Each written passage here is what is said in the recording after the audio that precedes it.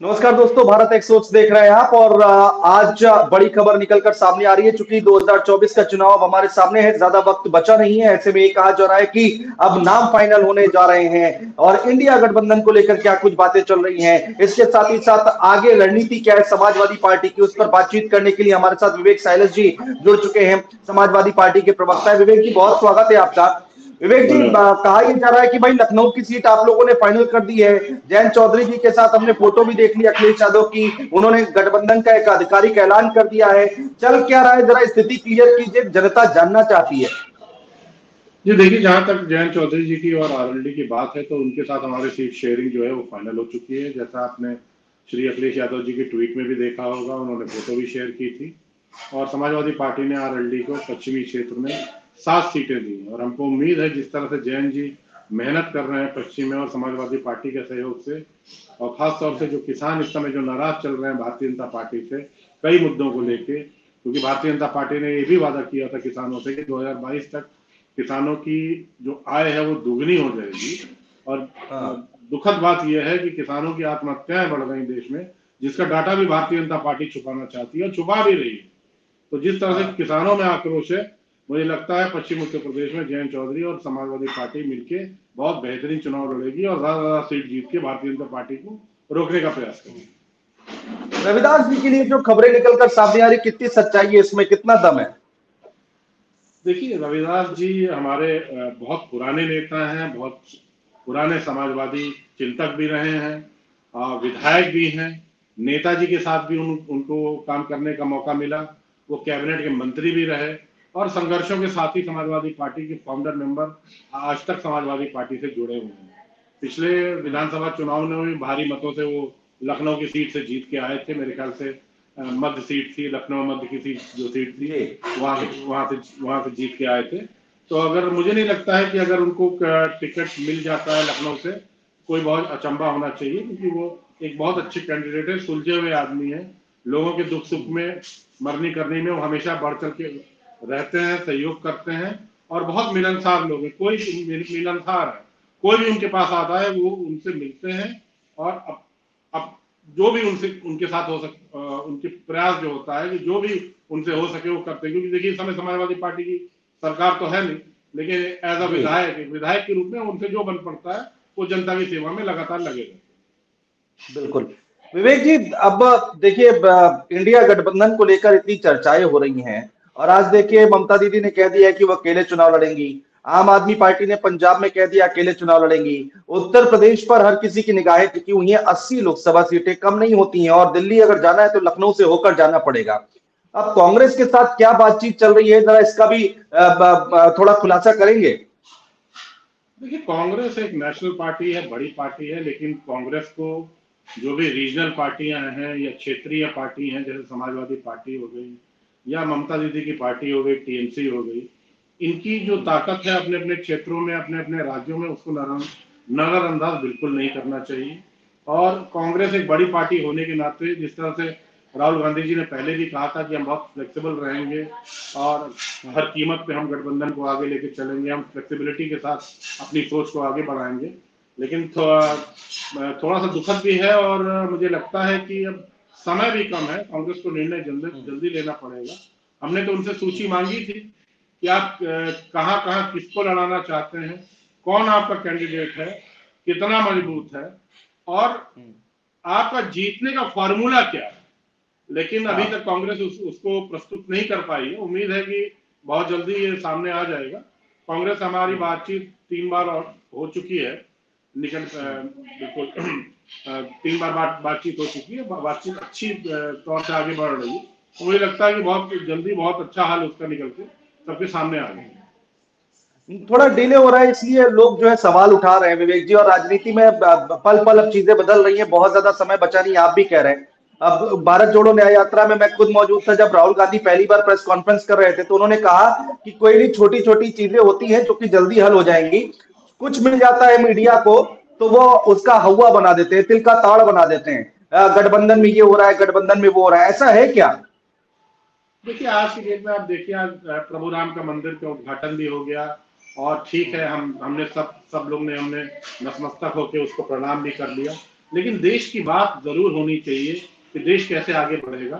ठीक है, मंदिर हो गया, श्रद्धालु वहां जा रहे हैं, बड़ी अच्छी बात है। हम ये भी मान लेते हैं कि उससे उत्तर प्रदेश के टूरिज्म को बढ़ावा मिलेगा, हम मान लेते हैं।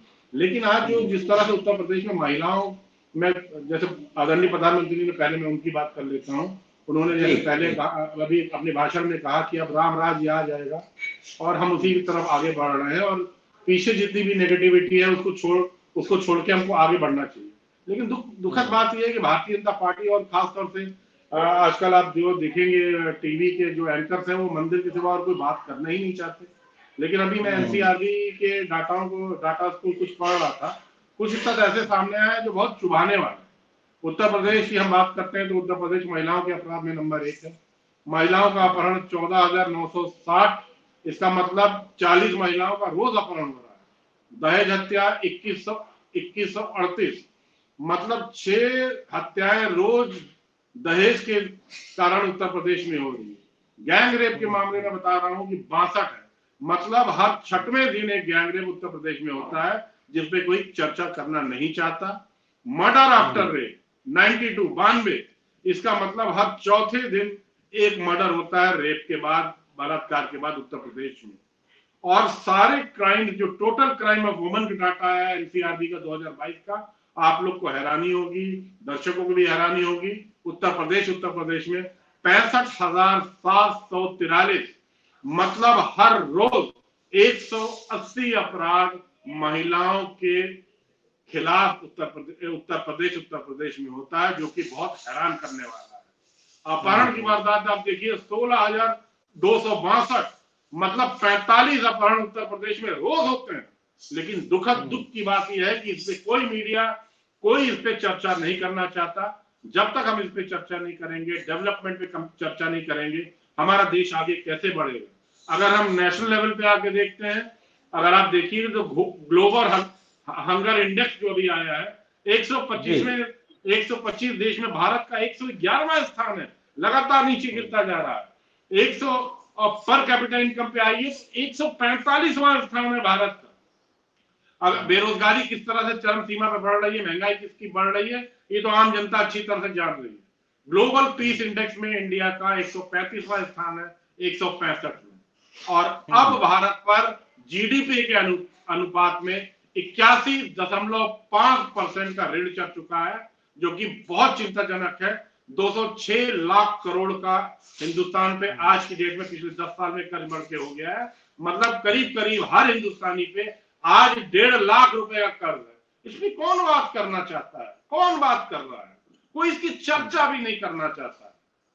विवेक जी, आप तो इतनी चीजें गिना रहे हैं, बीजेपी कह रही है यहाँ तो रामराज आ गया है। देखिए, रामराज, प्रभु राम करे कि रामराज जल्दी आए, लेकिन जो डाटा मैंने आपको महिलाओं के खिलाफ खासतौर से दिया, क्या हम इसको रामराज कह सकते हैं? अगर हम इसको कहीं से रामराज कह सकते हैं तो ठीक है, हम मान लेते हैं कि रामराज आ गया। रामराज का मतलब खुशहाली, रामराज का मतलब नौकरी, किसान बढ़े, महिलाएं सुरक्षित रहे, व्यापारियों को व्यापार करने की छूट हो और व्यापार लगातार आगे बढ़ता जाए, पर कैपिटा इनकम बढ़ती जाए, क्राइम कम होता जाए, ये होता है रामराज।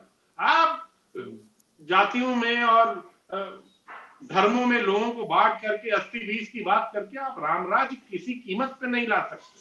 रामराज वो राज्य है जिसमें जहां खुशहाली हो, जहां ये आपस में मेल, और जो घृणा बढ़ती जा रही है आज की डेट में, हमने देखा माननीय मुख्यमंत्री जी के आवास से मुश्किल से 200-250 मीटर दूर पे किस तरह से डीजे में क्या क्या गाने बज रहे थे। शायद आपने भी सुना होगा जिस दिन प्रभु राम का मंदिर का उद्घाटन हुआ, किस तरह से वहां नारे लग रहे थे, उसकी तो हम चर्चा भी नहीं कर सकते। तो क्या ये रामराज है? ये रामराज नहीं हो सकता। अच्छा विवेक जी, देखिए गठबंधन की हम लोग बात कर रहे थे, मायावती जी के बारे में आप लोग क्या सोचते हैं? देखिए बहुत कोशिश हुई कि मायावती गठबंधन में आ जाए, कांग्रेस पार्टी अभी भी टच में है ऐसा कहा जा रहा है, तो इसको कैसे देखा जाए? देखिए, जहां तक आदरणीय बहन जी की बात है, वो बड़ी नेता है, प्रदेश की नहीं देश की बड़ी नेता है, हम उम्र में भी हम सबसे बड़ी हैं, तो हम उनकी हमेशा सम्मान किया। आपने देखा होगा मैनपुरी में जब चुनाव हो रहा था 2019 वाला जब चुनाव हो रहा था, जब हमारा गठबंधन बहन जी के साथ था, तो हमारी जो सांसद है डिंपल यादव ने, उन्होंने आगे बढ़ के उनके चरणों को स्पर्श भी किया था। तो समाजवादी हाँ। पार्टी हमेशा हमेशा बहन जी को इज्जत सम्मान देती आई। अब पता नहीं उन पे क्या दबाव है, किस दबाव की राजनीति कर रही है, क्योंकि 2014 में उनका खाता नहीं खिला था उत्तर प्रदेश में। ये समाजवादी पार्टी की देन थी कि 2019 में जब वो हमारे साथ गठबंधन करके आई तो उनको 10 सीटें मिली। आज वर्तमान में उनके पास 10 सांसद हैं, वो समाजवादी पार्टी की देन है। लेकिन अब उनके अब ये भी तय है कि अगर वो अकेले दम पे चुनाव लड़ेंगी तो उनका खाता खुलने वाला तो है नहीं, ये तो वो अच्छी तरह से जानती है। लेकिन किस दबाव की और क्या राजनीति करना चाहती है, ये तो वही बेहतर जवाब दे सकते जी कौन सा दबाव है विवेक जी, किधर इशारा कर रहे हैं आप? देखिए, मैं तो खुल के बात करने वाला आदमी, मैं कभी कोई बात छुपा के या पर्दे के पीछे छुप के नहीं करता जैसे भारतीय जनता पार्टी करती है। मैं तो सीधे सीधे कह रहा हूँ, जिस तरह से ईडी और सीबीआई का दुरुपयोग भारतीय जनता पार्टी लगातार कर रही है, लगातार छापे पड़ रहे हैं विपक्षी नेताओं पे, वहीं कहीं ना कहीं मुझे लगता है कोई दबाव मायावती जी के ऊपर है, जिस वजह से वो ये निर्णय लेने में वो मजबूर है। एक आखिरी सवाल विवेक जी, ज्यादा समय आपका नहीं लेंगे। समाजवादी पार्टी के कार्यकर्ता और बड़े नेता अखिलेश यादव और तमाम बड़े नेता शिवपाल जी, ये लोग सड़कों पर कब दिखाई देंगे, क्या प्लानिंग है? चुनाव बहुत ज्यादा वक्त बचा नहीं है। देखिए, जहां तक शिवपाल जी की बात है, वो लगातार सड़कों पे हैं। अभी उनका आजमगढ़ का दौरा रहा, उनका गाजीपुर का दौरा रहा, पश्चिम के इलाकों में भी उनका दौरा चल रहा है, लखनऊ में भी घूम रहे हैं। और अध्यक्ष जी जो हमारे हैं अखिलेश यादव जी, वो भी लगातार बाहर निकल रहे हैं, लोगों से मिल रहे हैं। बस दिक्कत ये है कि और संगठन भी हमारा अंदर से जिस तरह से जिसको जिसको जो जिम्मेदारी देनी है। बल्कि एक बात मैं आपको और बता दूं, बहुत से ऐसी सांसदीय सीट हैं जो हमने तय भी कर दी है, जिसका खुलासा बहुत जल्दी आपके सामने आ जाएगा। कम से कम 35 सीटें ऐसी हैं जहां पर समाजवादी पार्टी ने अपने कैंडिडेट पूरी तरह से तय कर लिए हैं जो चुनाव लड़ने जा रहे हैं, और इसका खुलासा बहुत जल्दी हो जाएगा। तो ऐसा नहीं है कि समाजवादी पार्टी घर बैठी है या हमारे कार्यकर्ता घर बैठे हैं। गांव गांव नुक्कड़ नुक्कड़ हर ब्लॉक पे, गांव में, शहर में या महानगरों में समाजवादी पार्टी की अगर आप देखें तो कार्यकर्ता आपको नजर आ जाएंगे। बहुत शुक्रिया विवेक जी, हमारे साथ जुड़ने के लिए, समय निकालने के लिए, बातचीत करने के लिए बहुत शुक्रिया आपका। दोबारा कभी फिर किसी और मुद्दे पे बातचीत करेंगे।